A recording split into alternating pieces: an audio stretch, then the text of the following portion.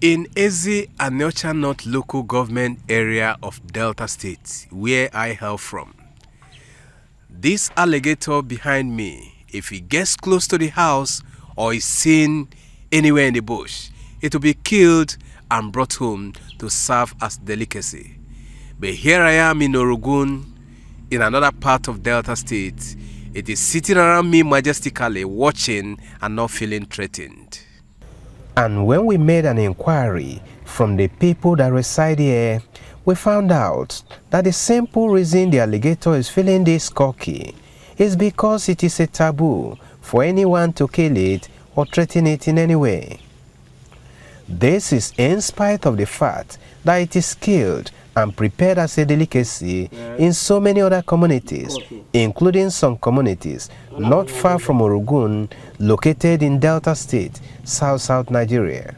So the iguana is a forbidden animal in Orogun, and the tiger too is a forbidden animal because they were so useful to us during the war centuries ago. Expectedly, in this small area near the local market, many of these large reptiles, known as iguana here, that are supposed to be living near the river, can be seen crawling or simply staying in a position, watching onlookers or passers-by. We were told by the people, including this man, who is the oldest man and the king of the community, that anyone that kills iguana faces severe consequences if he fails to take immediate steps to appease the gods. If your mother is from here, you don't touch it. Even if your father is from here, you don't eat it. Even though you are a pastor, you don't eat it. And when you eat it and you don't serve, because if you eat it before 1 month, even 3 weeks, it will hold you. So when you eat it, the whole body will change like that. He added that such killer of the iguana may also begin to receive a mysterious swarm of iguanas in his residence and may even be attacked by the double-tongued reptile whose bite is said to be poisonous.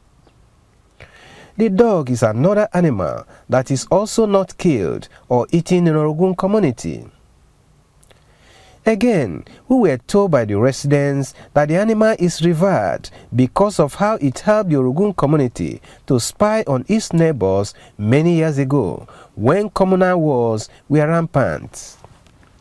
When you get to Gume, another community in Delta State, snail, one creature considered by nutritionists to be very rich in protein, is also not killed or eaten by the people. This Asaba-based broadcaster is an indigene of Ugume. During the war, in those days, that they used snail to prepare charms to prevent enemies from invading the community to commit havoc or killings and all that. Therefore, the thing was so potent that they had to, begin to worship it. And that led to them not eating it, as a sign of, honor to it. When you get to Obunike as well, a community in Anambra State, southeast Nigeria, residents also forbid killing and eating of the tortoise. Indigenes of Oka, the capital of the state, in like manner, equally forbid killing and eating of the monkey, which is a delicacy in almost all parts of Delta State and even neighboring communities in Anambra State. In Obosi, another community in Anambra State and home to the Demli deity, the killing and eating of python is forbidden. The traditional ruler of the community, Igwe III, says himself and the generations before him met the taboo. Before the coming of the Europeans, as far back as even our ancestors, maybe our grandparents, great-grandparents can even remember, this python, this species of the python, has been held in high reverence because it's a symbol of a deity worshipped in the from the olden days. Well, the python was not worshipped per se, but it was a symbol of a deity. Not only the python, there's a fish. The fish in the Demili River is also held sacred from the olden days. The chief priest of Idemili deity that Igweweka directed us to, for more information, told us that anyone that kills or eats the large snake attracts evil plagues to himself. And those evil plagues, he said, will not stop until the person makes huge sacrifices to appease the Demili water goddess that also harbors fishes that are forbidden to be killed or eaten.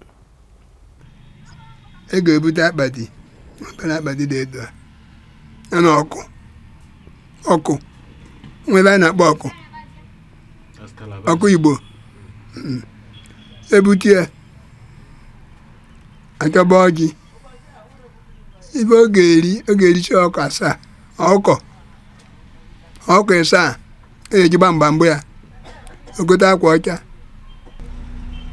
ogota ndu ogota oji atata oji esa awa be kwa anya beke gege ji wa kwa mụ na ebe na eni ya egwu ba na gutia